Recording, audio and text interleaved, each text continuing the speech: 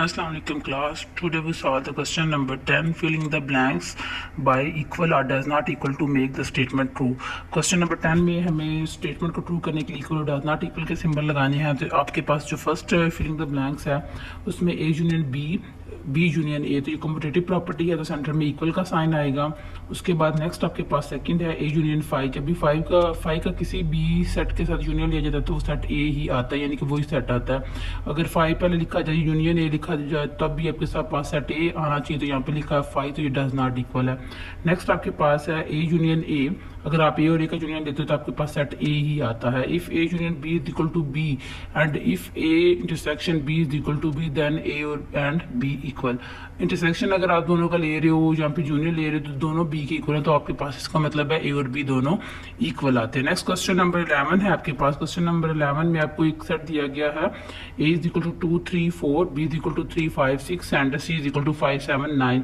आपने प्रूव करना है, prove the commutative property of the union of set, यानी आपने कम्यूटेटिव प्रॉपर्टी प्रूव करनी है यूनियन ऑफ द सेट की। तो कम्यूटेटिव प्रॉपर्टी आपके पास होती है A union B, B union A, यानी कि आपने पहले ए और बी का यूनियन लेना है लेफ्ट हैंड साइड में, तो आपके पास दोनों सेट ए और सेट बी का यूनियन क्या आ जाएगा 2 3 4 5 6। तो उसके बाद आप नेक्स्ट ए और बी का यूनियन लेते हो, उसके बाद आप बी और ए का यूनियन लेते हो, तो वही आपके पास 3 4 5 6 और 2 3 4, ये आपके पास भी 2 3 4 5 6 आ जाएगा, तो सारे सेट आ जाएंगे। पहले आप ए और बी का यूनियन लेते हो, नेक्स्ट कम्यूटेटिव प्रॉपर्टी आप सी और बी का यूनियन लोगे, तो आपने फिर सी और बी का यूनियन ले लिया, सेट सी लिखा, उसके बाद सेट बी लिखा, तो उनका यूनियन 3 5 6 7 आएगा।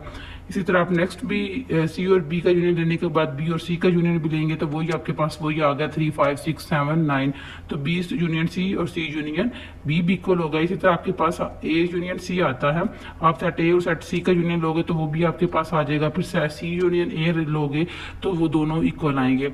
आपके पास ए यूनियन सी भी और सी यूनियन ए भी इक्वल आता है। आपने 3 दफा यूनियन लेना है, पहले ए यूनियन बी, फिर बी यूनियन ए, ये दोनों इक्वल आने चाहिए। फिर सी यूनियन बी और बी यूनियन सी, ये दोनों इक्वल आने चाहिए।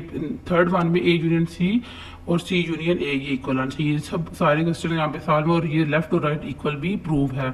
नेक्स्ट आपके पास क्वेश्चन नंबर 12 है। क्वेश्चन नंबर 12 में सेट दिए गए हैं ए बी और सी, और आपने प्रूव क्या करना है, एसोसिएटिव प्रॉपर्टी प्रूव करनी है, intersection of the set, set की इंटरसेक्शन की एसोसिएटिव प्रॉपर्टी प्रूव करनी है। उसमें आपके पास लेफ्ट हैंड साइड पे इंटरसेक्शन और ओवर द इंटरसेक्शन का आ गया, तो intersection bracket B intersection C, तो पहले आप बी और सी का इंटरसेक्शन लोगे, आपके पास पी क्यू आ जाएगा। इंटरसेक्शन का मतलब होता है कि आप उसमें कॉमन एलिमेंट साइड करते हो पी एंड क्यू। फिर आप सेट ए बी और सी का इंटरसेक्शन लेते हो सेट ए के साथ, तो आपके पास क्या आ जाएगा 5, यानी इन दोनों में ए और जो बी और सी का आपके पास इंटरसेक्शन आया पी एंड क्यू, उनमें कोई कॉमन एलिमेंट नहीं है, तो आप उसके पास वहां पे क्या आएगा एम्प्टी सेट, यानी कि 5 आ जाएगा खाली सेट। इसका मतलब होता है राइट हैंड साइड पे पहले आप ए और बी का यूनियन इंटरसेक्शन लेंगे और फिर उसका आप इंटरसेक्शन लेंगे सी के साथ। पहले ब्रैकेट सॉल्व होगी, ए और बी का इंटरसेक्शन यानी दोनों में कॉमन एलिमेंट कोई भी नहीं आता, तो ये एम्प्टी सेट है। और इसी तरह आप इसका नेक्स्ट लेते हो, सी के साथ यूनियन लेते हो, इंटरसेक्शन सॉरी तो इंटरसेक्शन लेते हो, तब भी आपके पास क्या आता है एम्प्टी सेट, क्योंकि सेट सी और यहाँ पे किसी भी एम्प्टी सेट के साथ अगर इंटरसेक्शन लिया जाए तो कॉमन आपके पास सेट के अंदर आंसर एम्प्टी सेट ही आता है या 5 ही आता है, तो ये भी प्रूव हो जाएगा। नेक्स्ट क्वेश्चन नंबर 13 है आपके पास। If A is equal to 1 2 3 4 और B is equal to B भी आपको दिया गया, एक यूनिवर्सल सेट दिया गया, प्रूव द डिमॉर्गन लॉज। आपने डिमॉर्गन लॉज प्रूव करने, डिमॉर्गन लॉज आपके पास 2 होते हैं, फर्स्ट एंड सेकंड लॉ। तो उसमें आपके पास पहले यूनियन के लिहाज से होता है, फिर union over intersection, intersection over union आपके पास होता है। पहले आप यहाँ पे आपका यूनियन का साइन, इंटरसेक्शन का साइन आता है, ठीक है। आप A union B complement is equal to A complement intersection B complement, ये आपका फर्स्ट जो डिमॉर्गन लॉ है वो ठीक है। पहले आप ब्रैकेट सॉल्व करेंगे, ए और बी का यूनियन लेंगे, यूनियन में सारे एलिमेंट्स आते हैं कॉमन, यानी कि जो भी आपके पास एलिमेंट्स होते हैं वो सारे लिखे जाते हैं, उसमें रिपीट एलिमेंट को एक दफा ही लिखा जाता है। फिर उसका कंप्लीमेंट लिया जाता है। कंप्लीमेंट आपको पता है कि यूनिवर्सल सेट में से जो यूनियन ए और बी का यूनियन लिया उसको आपने क्या करना है, डिफरेंस का फाइंड कर लेना। तो आप यूनिवर्सल सेट में से 1 2 3 4 5 माइनस करो तो आपके पास एम्प्टी सेट आता है।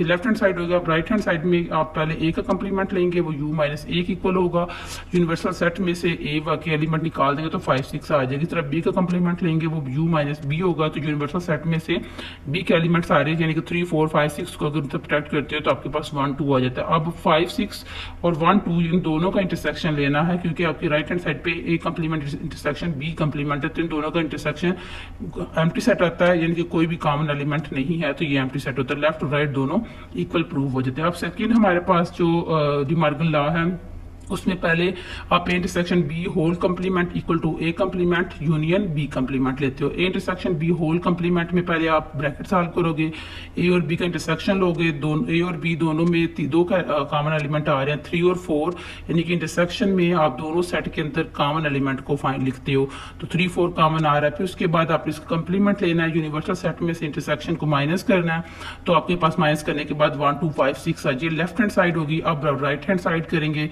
लास्ट पार्ट की तरह, पहले आप ए का कंप्लीमेंट लेंगे फिर बी का कंप्लीमेंट लेंगे। ए का कंप्लीमेंट किसके इक्वल होता है, ये आपने याद रखना है कि A complement U minus A के इक्वल है, और आप B complement U minus B के इक्वल है।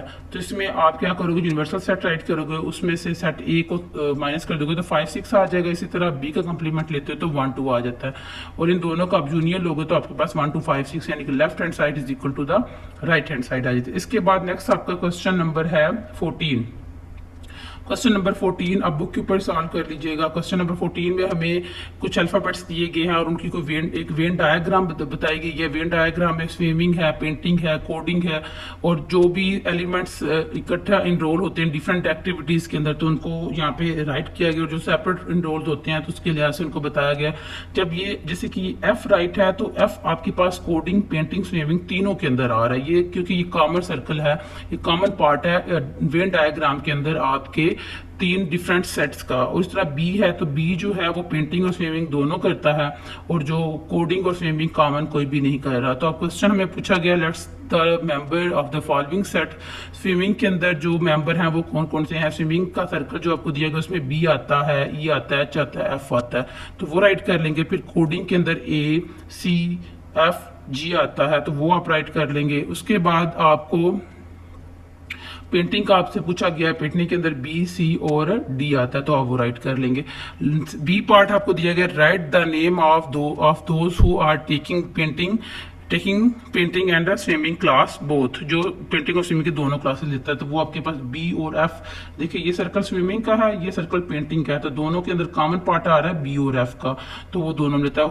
जो सी पार्ट है who is taking all these classes, सारी क्लासेस कौन लेता है, तो अब जैसे एफ है वो तीनों का पेंटिंग, स्विमिंग और कोडिंग तीनों का कॉमन आ रहा है तो इसका आंसर क्या आ जाता है, एफ आ जाता है। अब इसके बाद आप लोग का लास्ट जो चैप्टर खत्म हो जाएगा उसमें आपको एमसीक्यूज दिए गए हैं, अभी एमसीक्यूज करते हैं और आपको ये चैप्टर एंड हो जाएगा, यानी कि इसका लास्ट लेक्चर है।